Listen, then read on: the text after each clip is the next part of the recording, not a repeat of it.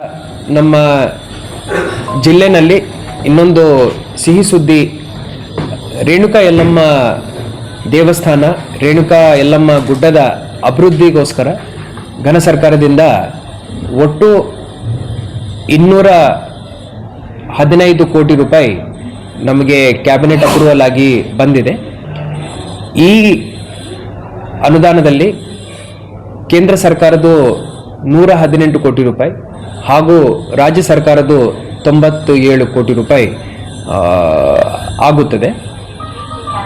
ಇದರಲ್ಲಿ ನಾವು 8,000 ಜನರಿಗೆ ಭಕ್ತಾದಿಗಳಿಗೆ ಅಕಾಮಿಡೇಟ್ ಮಾಡೋ ರೀತಿಯಲ್ಲಿ ಒಂದು ಕ್ಯೂ ಕಾಂಪ್ಲೆಕ್ಸ್, ಜೊತೆಯಲ್ಲಿ 4,000 ಭಕ್ತಾದಿಗಳು ಒಮ್ಮೆ ಊಟ ಸ್ವೀಕಾರ ಮಾಡಲಿಕ್ಕೆ ಅನ್ನದಾಸೋಹ ಭವನ, ಪಾರ್ಕಿಂಗ್ ಏರಿಯಾ ಡೆವಲಪ್ಮೆಂಟ್, ಪಾರ್ಕಿಂಗ್ ಏರಿಯಾಗಳಲ್ಲಿ ಯಾರ್ಯಾರು ಚಕ್ಡಿ ಗಾಡಿಗಳಲ್ಲಿ ಬರ್ತಾರೆ ಆ ದನಗಳಿಗೆ ಮೇವು ದಾಸೋಹ ಹಾಗೂ 25 ಗೌರವ ಘಟಕ ಟಾಯ್ಲೆಟ್ ಕಾಂಪ್ಲೆಕ್ಸಸ್ ನಾವು ಈ ಕೆಲಸಗಳನ್ನು ತಗೊಳ್ತಾ ಇದ್ದೀವಿ.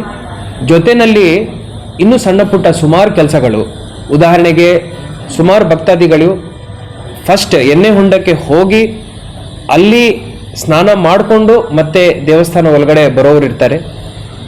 ಸುಮಾರು ಭಕ್ತಾದಿಗಳು ಡೈರೆಕ್ಟ್ಲಿ ದರ್ಶನ ಪಡೀಲಿಕ್ಕೆ ದೇವಸ್ಥಾನದ ಒಳಗಡೆ ಹೋಗಲಿಕ್ಕೆ ಅವರು ಇಷ್ಟಪಡ್ತಾರೆ. ವಿವಿಧ ರೀತಿಯ ಕ್ಯೂಗಳನ್ನು, ವಿವಿಧ ರೀತಿಯ ಕಾಂಬಿನೇಷನ್ಸ್ಗಳನ್ನು ನಾವು ದೃಷ್ಟಿಯಲ್ಲಿ ಇಟ್ಕೊಂಡು ಸಣ್ಣ ಪುಟ್ಟ ಕೆಲಸಗಳು, ಇನ್ನೂ ವಿವಿಧ ಕೆಲಸಗಳನ್ನು ನಾವು ತಗೊಳ್ತಾ ಇದ್ದೀವಿ. ಒಂದು ಅಡ್ಮಿನಿಸ್ಟ್ರೇಟಿವ್ ಬಿಲ್ಡಿಂಗು ಮಾಡ್ತಾ ಇದ್ದೀವಿ.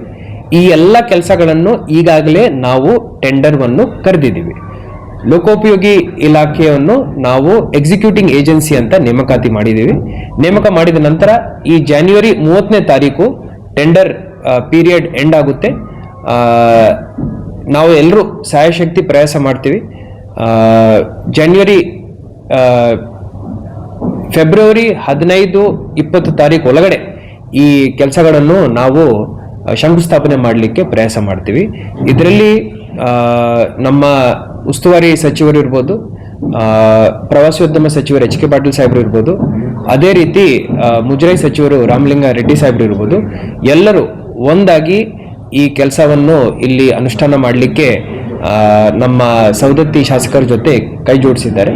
ಸೊ ನಾವೆಲ್ಲರೂ ಈ ಕೆಲಸವನ್ನು 1 ವರ್ಷದ ಒಳಗಡೆ ಮುಕ್ತಾಯ ಮಾಡಲಿಕ್ಕೆ ಪ್ರಯತ್ನ ಮಾಡ್ತೀವಿ. ಧನ್ಯವಾದಗಳು.